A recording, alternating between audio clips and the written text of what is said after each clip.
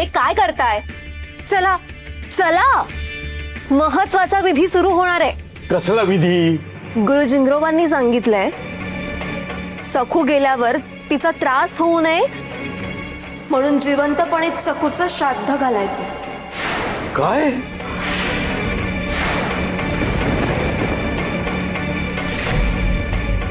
श्राद्ध? अरे खरंच करायचंय का? हेच हेच म्हणतोय मी. आता तर डोक्यावरून पाणी गेलं. गप मला मोठा.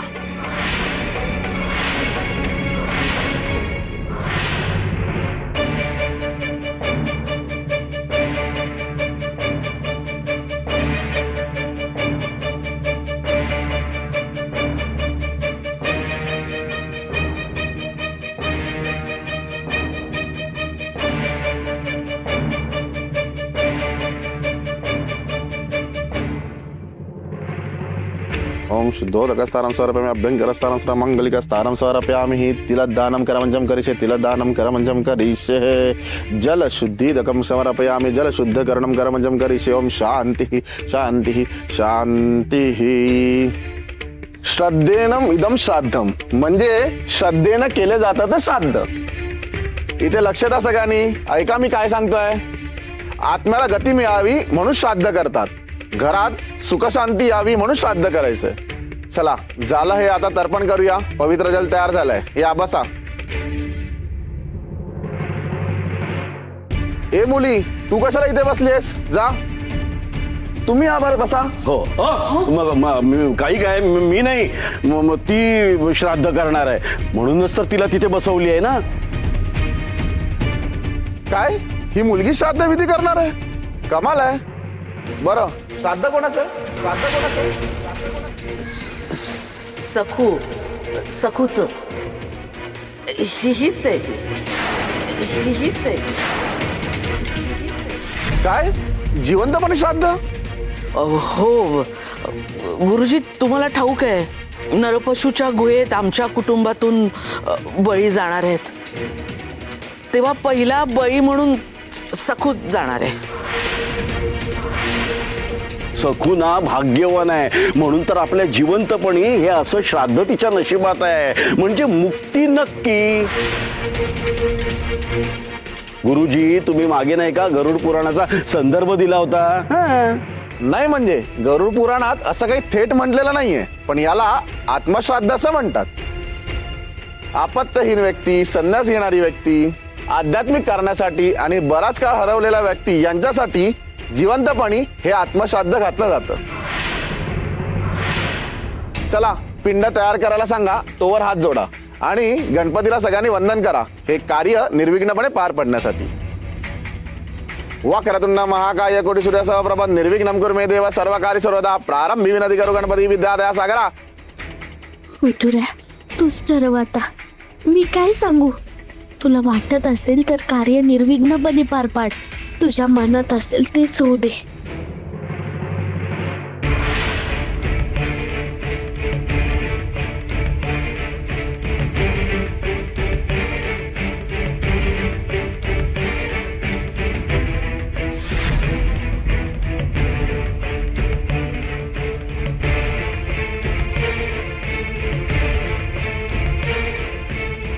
आता हे उजव्या हातात धरा आणि आता हे तीळ मिश्रित पाणी त्याच्यावर व्हायचं. हे सोडताना म्हणायचं मी. तुमचं नाव घ्या. सखू. म्हणायचं मी हे तीळ सहित जल सखूबाई भरतार दिगंबर माझ्या आत्ममुक्तीसाठी तर्पण करते आहे. मी सखूबाई भरतार दिगंबर माझ्या आत्ममुक्तीसाठी तिल सहित जल अर्पण करते.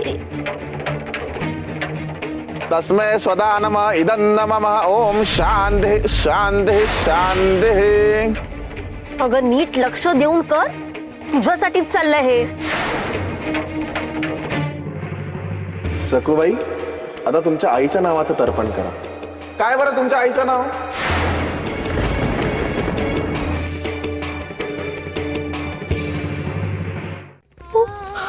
माझी उमय जिवंत आहे हो. तिचं तरी नाव नका घेऊ. तू जशी भाग्यवान तशी तुझी आई सुद्धा भाग्यवानच आहे ना. गुरुजी, हिच्या आईचं नाव उमा आणि भरतार शिवाप्पा.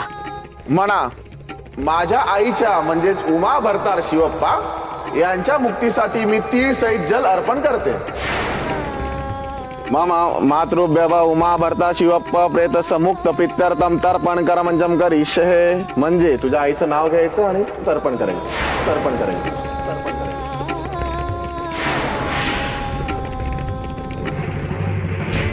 सखू अगर रडतेच कशाला? गुरुजींनी जे सांगितलंय तसं म्हण ना. उगाच अर्धवट आणि चुकीचं काहीतरी म्हणशील आणि त्रास तुझ्या आईलाच होईल ना. हा, माझ्या आईच्या म्हणजे उमा भरतार शिवप्पा हिच्या आत्म्याच्या मुक्तीसाठी मी तीळ सहित जल अर्पण करते.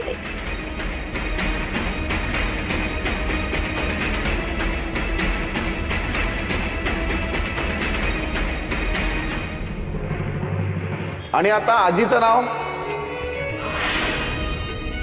अगं सखूबाई, 3 पिढ्यांचं कार्य आपण करतोय तर त्यांचं नाव सांगायला नको? काय बरं नाव आहे तुझ्या आजीचं?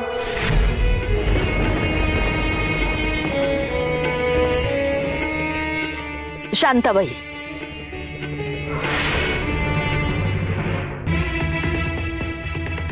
काय आहे दिगू दादा, कधीची वाट बघतोय? का काय झालं? अरे दादा, तिथं परसदारी सगळ्यांनी सकू वहिनींचा जिवंतपणे श्राद्ध केलाय.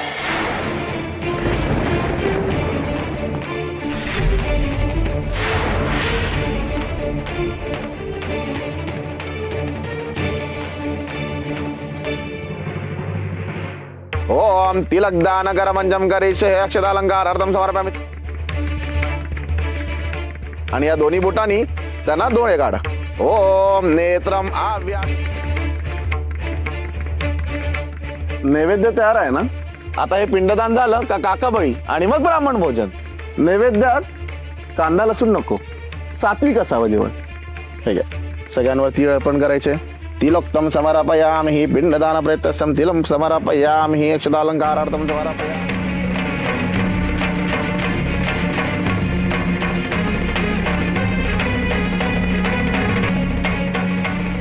मगाशी तर्पण केलं ना आपण, तसे 3 पिंड. हे तुझे, हे तुझ्या आईचे आणि हे तुझ्या आजीचे.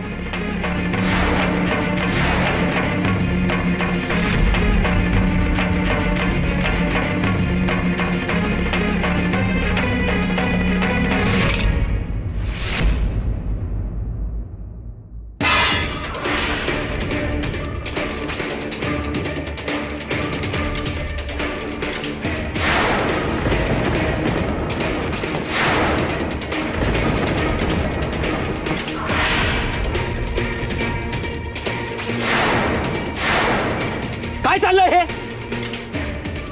कुणी सांगितले हे नसते उपद्व्याप? कशाला नाही तो अगोचरपणा करताय तुम्ही? मला काय, कार्य करायला बोलवलं म्हणून मी करतोय. दिगू, अरे सखूच्या भल्यासाठीच चाललंय हे. भल्यासाठी चाललंय ना? मग गुरुजी थांबा, आपण पुन्हा पहिल्यापासून सुरू करू. तुम्ही माझंही श्राद्ध घाला. या माझ्या रमाईचंही श्राद्ध घाला. या माझ्या बहिणीचंही श्राद्ध घाला. माझ्या काका काकूचंही श्राद्ध घाला. त्यांच्या विनूचंही श्राद्ध घाला. भल्यासाठीच चाललंय ना? मग सगळ्यांसाठीच करू ना? ये काका, बस ये, बस बस. का का आता काय झालं? आता का मागे पळताय तुम्ही? ये बस. खरंच सगळ्यांचं श्राद्ध करायचं? चालते बा इथून, नाहीतर तुमचं श्राद्ध घालेन मी. नाही नाही,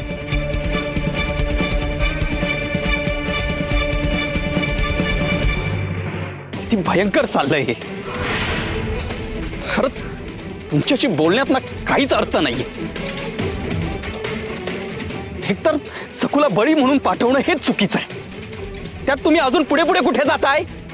याला कुठली पातळी म्हणायची? अरे जिवंतपणी सुख दिला की आनंद याचा विचार करा ना तुम्ही. तिच्या आत्म्याच्या मुक्तीच्या गोष्टी कशाला करताय?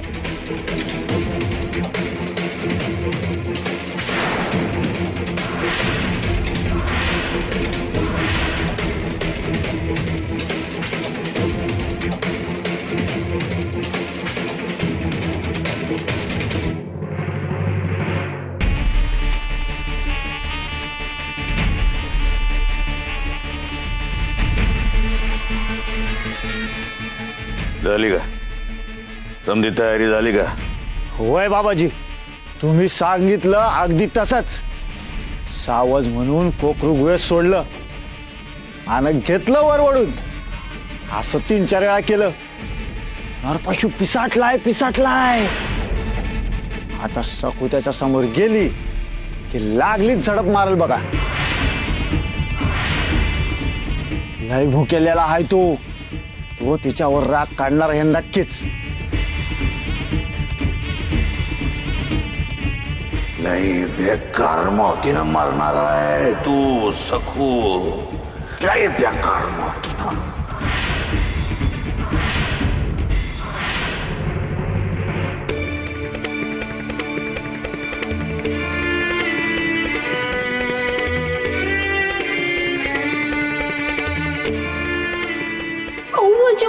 जिवंत आहे. तू जशी भाग्यवान तशी तुझी आई सुद्धा भाग्यवानच आहे ना. परतळ शिवप्पा, माझ्या आईच्या आत्म्याच्या मुक्तीसाठी मी ते सहित जल अर्पण करते.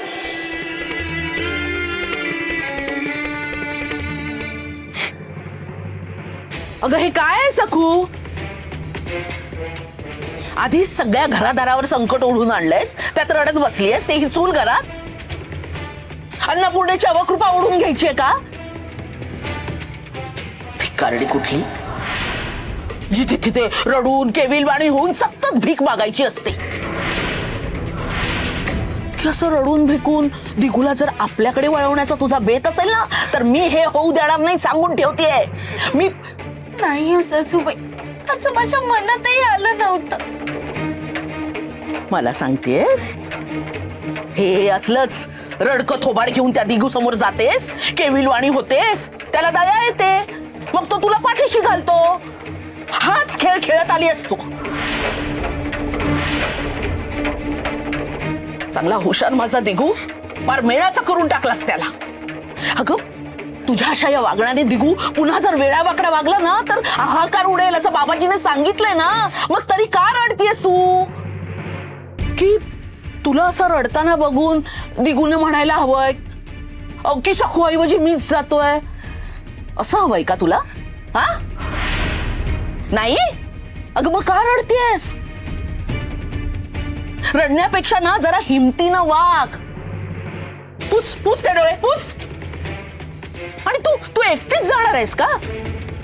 अगं उद्या तू जाशील, परवा तेव्हा आमच्यापैकी कुणीतरी जाईलच ना.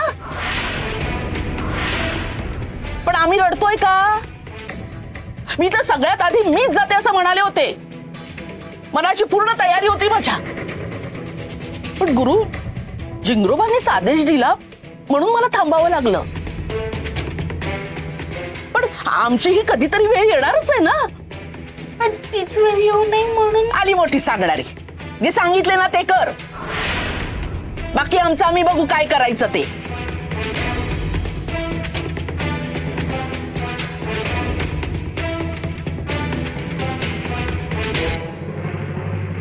नाही, मी आता रडणार नाही.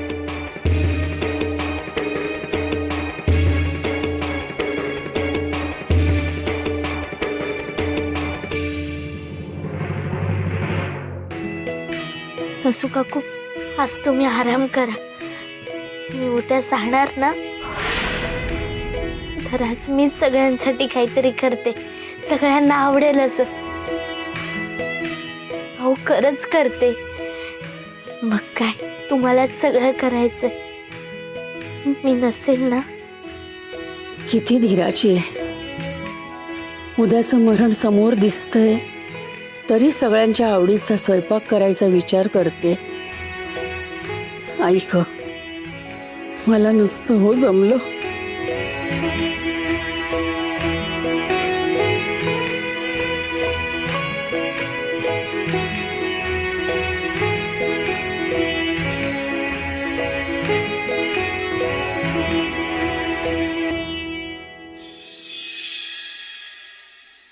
स्वयंपाक मीच करणार होते, पण सखू ऐकेस ना. आज तिचा या घरातला शेवटचा दिवस. तिनेच केलंय सगळं.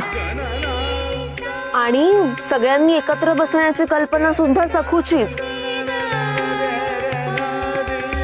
त्यासाठी तिने रमाईची विशेष परवानगी घेतली. नाहीतर दिघू, तू उगाच आमच्यावर तोंडसूक घेशील म्हणून सांगतीये. सासूबाई घ्या ना, गरम गरम भाकरी घ्या. नको बाई, रात्रीचं मी जरा कमीच जेवते. आणि आधी ताटातली तरी संपू दे. नको.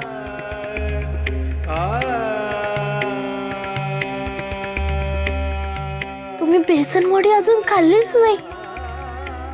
तुम्हाला आवडते ना म्हणून मुद्दाम केल्यात. आज नाही जमल्यात का? जमल्यात ना. चव बघितली, जेवण झालं ना की खाते.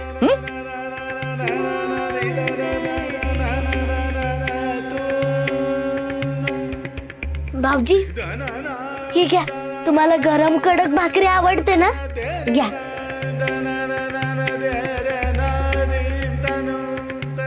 हो, असं भरल्या ताटावर बसून डोळ्यातून पाणी काढू नये भाऊजी. पिठलं इतकं वाईट झालंय चवीला. वहिनी, तुमच्या हातचा पदार्थ कधी वाईट होतो का हो? पण नकोय, घशाखाली घासच जात नाहीये. तुम्ही आता बोलू नका भाऊजी. गोड शिरा खा. मी तो खास सासरे काकांसाठी केलाय. पण तुम्हाला हवा असेल तर परत मागू शकता. हा, शिरा आणि पिठलं हे कधी कोणी एकत्र करतं का? काहीतरीच. पण अहो, एकत्र करत नाहीत. पण काय करणार, अहो खूप आवडतं ना, म्हणून पिठलं भाकरी खरडा हाच बेत करायचा होता. पण बाकीच्यांना जर आवडलं नाही तर म्हणून शिरा आणि बेसनवडा पण केल्यात. घ्या ना तुम्ही. नाही नाही नाही, मला नको. जेवढं वाढलंय तेवढंच पुरे. सासरे काका, तुम्हाला काय वाढू? अगं शिरा वाढलायस ना. हा, तर खास माझ्यासाठी बनवलाय, मग मी तो खाणारच आहे. सगळ्यांनी नाही म्हणून कसं काही ना चालेल. हा, मी खातो. सासू काकू, तुम्ही अन्नपूर्ण आहात ना. तुमच्या हाताची गोडी माझ्या हाताला नाही, पण जसं जमेल तसं केलंय. नाही ग, आजवर कोणी असं हसत आग्रह करून मला वाढलंच नाही. तुझ्या शब्दाचा मान राखते आणि खाते. हो,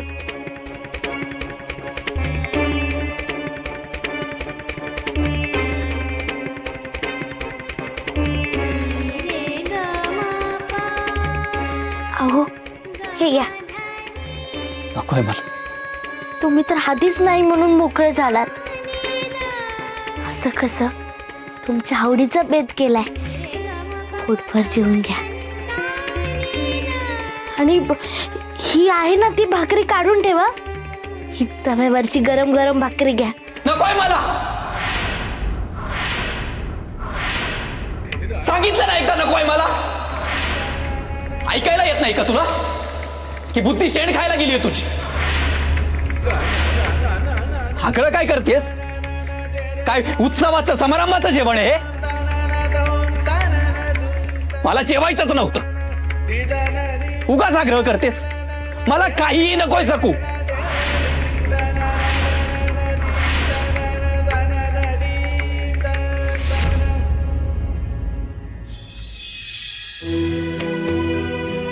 चिडका बिब्बा चिडला.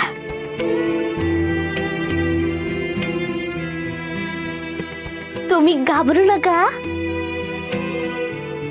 हा लटकाच राग होता आहुंचा.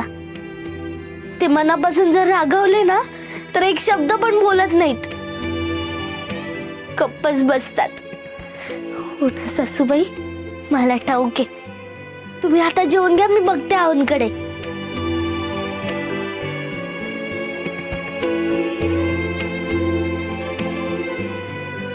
दुष्ट दुष्ट आहात सगळे.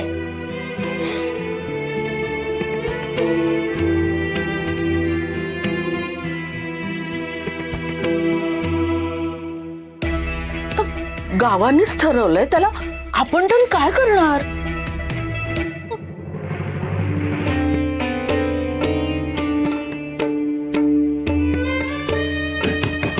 अहो अहो, दार का बंद केलंय? उघडा ना. असं का करताय? रागवलात का?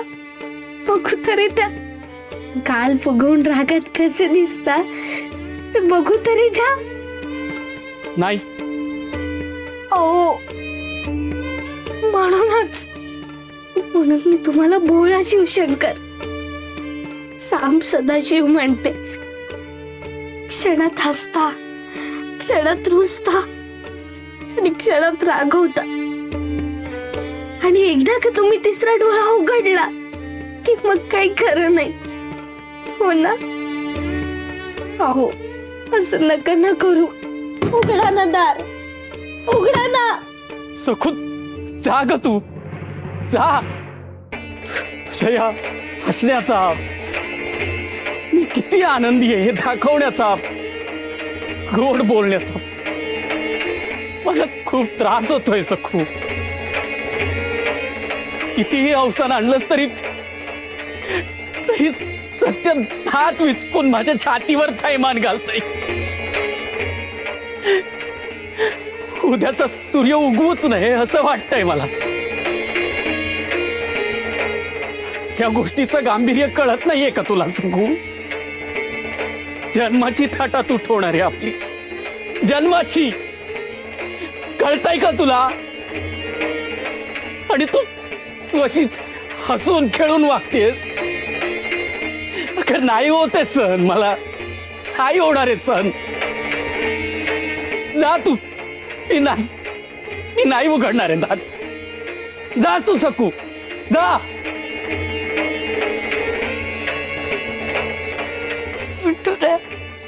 आता काय रे करू मी? अहो ना, माझ्यामुळे त्रास होतोय.